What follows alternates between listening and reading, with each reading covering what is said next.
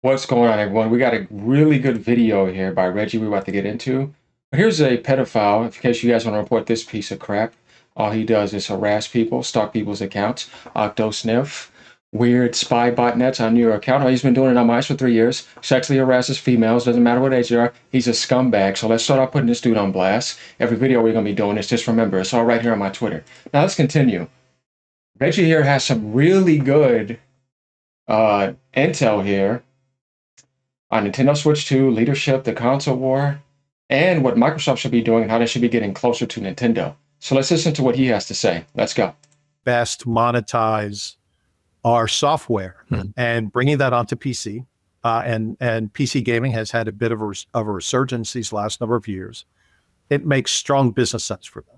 Yeah. Yeah.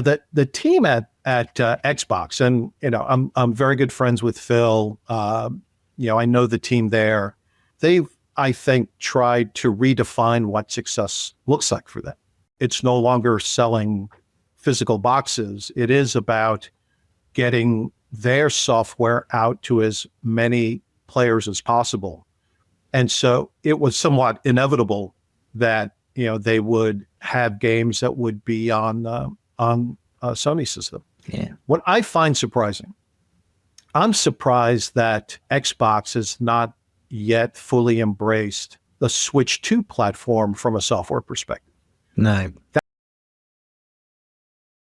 Guys, I've said this time and time again that Microsoft needs to fully embrace that platform or they're not going to even come close to those margins. And even then, those margins are insanely greedy considering how much money this company has.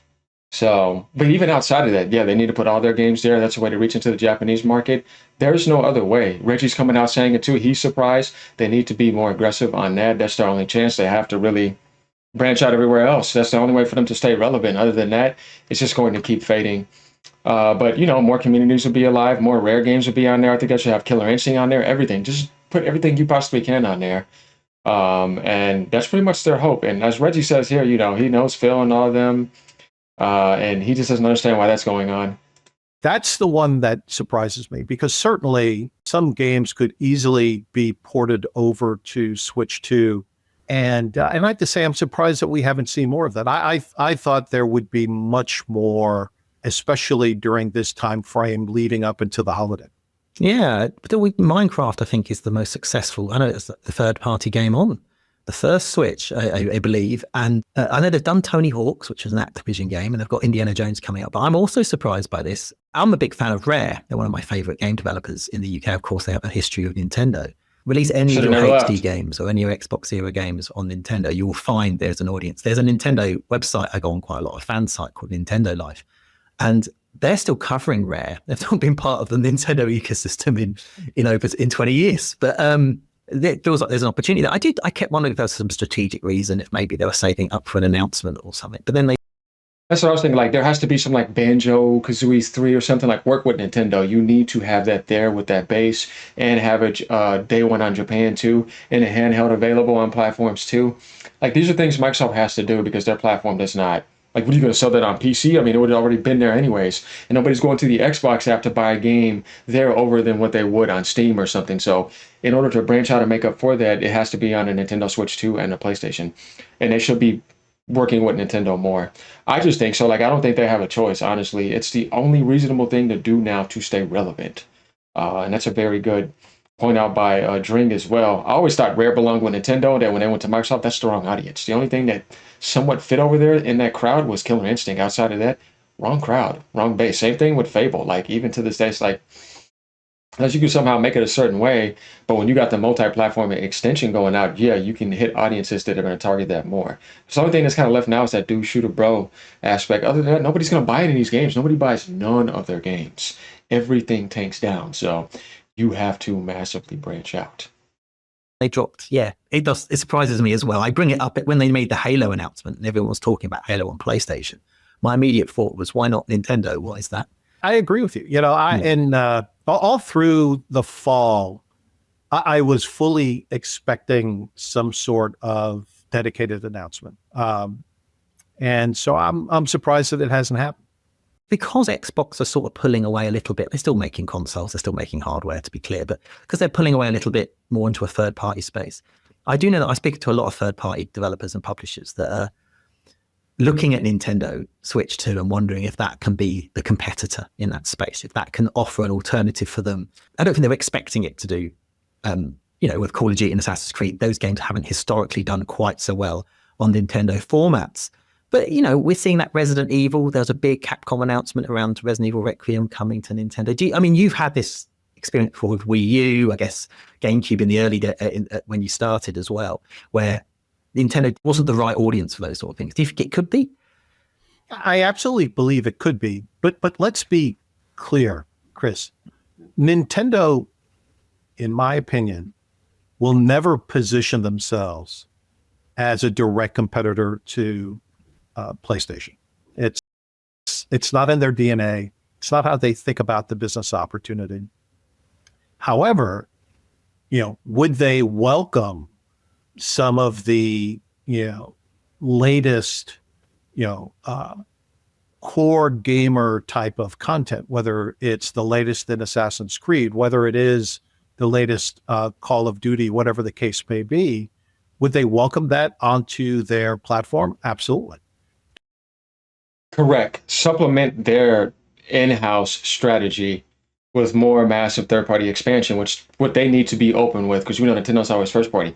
But they're in their own lane and they don't worry about competition. They don't even care about passing up PlayStation sales. If they did, man, why is the Switch Lite at not at 149 and the other one at 199 or 249 something, right? They could easily do that and put bundles in there and just blow past it, but they're not doing it. This company is funny. You know what I mean? They're just like who they are. They don't care about competing with anyone because to them, they're better than everyone. They don't need to. They won. And all their games outsell everyone. When you try to put some of your games on all platforms combined, they still outsell you times 3. So they're not really worried about the competition. There is no competition. Nintendo stomps and destroys. I love PlayStation 2, but I kind of feel like they're all in their own lane now. Sony won against Microsoft. There was that war. Nintendo won the whole thing, and they both won also in different ways. Obviously, Nintendo won the bigger picture, but they both won. You know what I mean? You can win and somebody else can win in that sort of sense, too. But Nintendo does not have to worry about competing with somebody because nobody never beat them, really, and took over their first-party sales and took over their platform and put them in the back. That has never happened. They may have had, maybe some down sales with Wii U and GameCube, but that's about it. Other than that, they've won every single other aspect against Sega, against whoever went against them. You know what I mean? PlayStation had the PS1 and PS2, but that's it. After that, Nintendo won everything. And at this point now, that stuff's kind of gone and everybody's branching out and everybody's giving them their games and they're putting no games nowhere else. How do they lose? It's impossible. No, they won. And it wasn't about power and it wasn't about specs. So that pretty much narrows that down. You know what I mean? And when you see a platform that is that successful, the best thing you can do is try to learn from them. Why do you think Sony's copying everything they're doing now? Even Microsoft and PC, and even Gabe Newell saying, I'm jealous of them. They're the leaders and the pioneers and the ones who can create the device that can sync perfectly with their software. Their ability to do that is pretty much unrivaled. The leader of Steam basically said that. Obviously, he's correct, and he was just being honest. He's like, the only way you're going to be jealous if somebody's better than you. If you're better than somebody, what's the point of being jealous? There is no point. So even outside of the competitive, standpoint, you could just see things neutrally that everybody follows them and they set the way and open up the doors again like they did with Mario and save the gaming industry. Now they're doing it with the handheld industry because that would have been dead if Nintendo wouldn't have been there. Nobody would have came another handheld like this. They only exist because of them.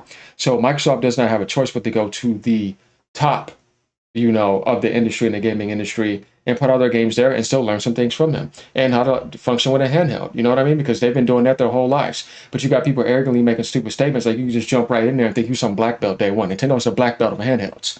They're white belts. You know what I mean? You're just learning. You still don't know what you're doing. Sony ain't no black belt either, but they've been around. So you know what I mean? You can't just sit there and think you can come in there with a bunch of money and get yourself that status. It doesn't work that way. Do I think that there's a player base there for those games? Absolutely. The key, and this is something that I know, the team there thinks about every day, is making sure that the third-party developers have the tool sets so that they have the full capability to bring the best of their games onto a system like Switch 2. Nintendo, as it thinks about its hardware, it doesn't think through how I'm going to get the absolute latest graphics chip, how the latest processing chip. That's not how they think about it. But the chipset of Switch 2 can do quite a lot.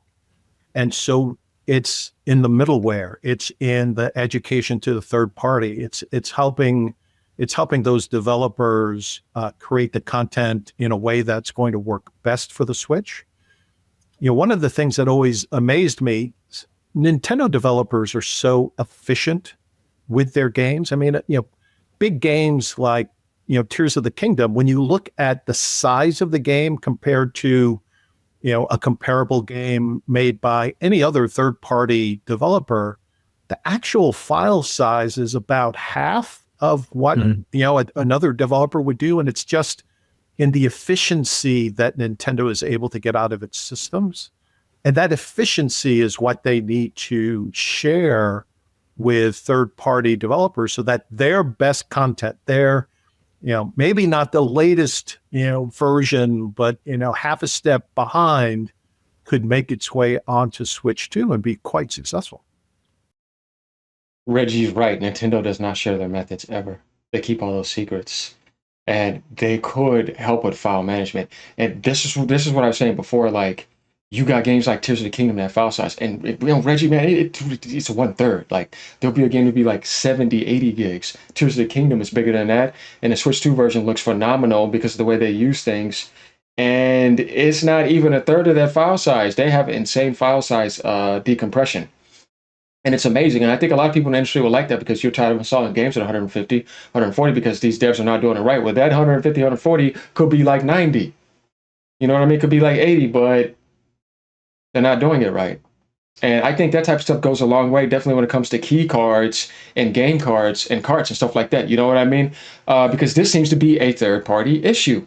And then when you got that out the way, you get the idea of, you can't fit it on here, but why don't you want to do it? Well, all of them want to make money. That's the point of third-party expansion all over the place. But you have people trying to blame Nintendo, and I'm like, if they were really for that, then they would be doing it themselves from the beginning, and they would not be preserving. So obviously they care about it.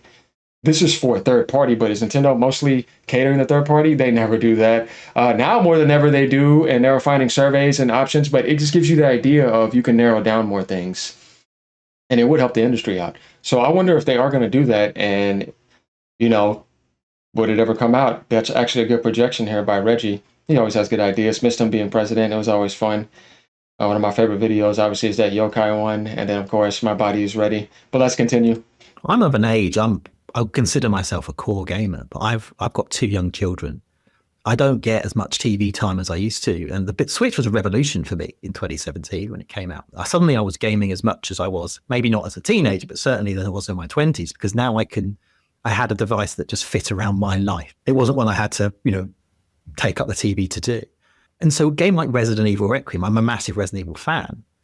I look at that and I think I'm probably going to get the Switch 2 version. I know it will probably not be as high quality, not be as beautiful as the PlayStation 5 version, but I will take the convenience and the chance of me actually finishing the game over a better visual experience any day, as long as it runs okay. It has, as long as it's not unplayable.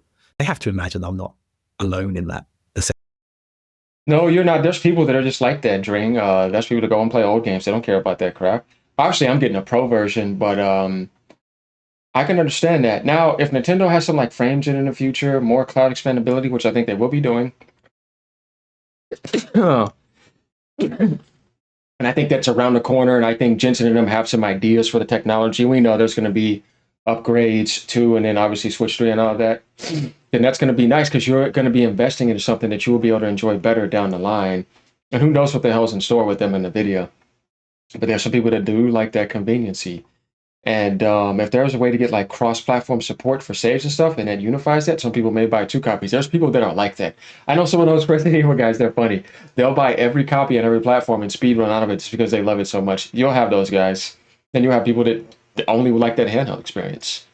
Assessment. I don't think you're alone at all. And again, whether it's Resident Evil, whether it's Assassin's Creed, as long as those games play well and look good on a Switch 2 system, I believe there's a fan base that'll buy it.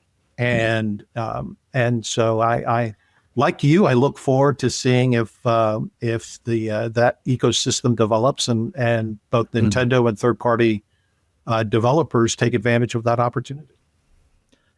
GameStop, who I know you had a brief dealings with, they Yeah, it looks like Reggie has some lag in this video, like on and off. Hopefully he gets that situated. A strings video never does that, but we get the idea here of Reggie kind of updating what he thinks about the Switch 2, why Microsoft should be joining the Switch 2 expansion, meaning put all your games as much as on there as possible. And I've said this before, you know what I mean? Where they don't really have a choice, because if you did all that on PlayStation and you dropped all the stuff you dropped this year, and then I saw like your fiscal results where it's like -1% or like 1%, yeah, that's not good. It doesn't make sense, you know what I mean? But it does if you think about what they're hiding from you and then what the real result is. So as always, Reggie's being bright, having good ideas. Always love his takes. I didn't think that him and Drain would have an interview. This kind of caught me off guard. I was like, oh, you know what? I got to come see this. But yeah, I agree with him on Nintendo sharing some of their methods now, because it's kind of at that point, like, I think you should now. But will they? I don't know. Let me know what you guys think about this. Like, comment, subscribe. Peace out. Have a great day. Later, everybody. You know what's going down. Nintendo's king. Yeah.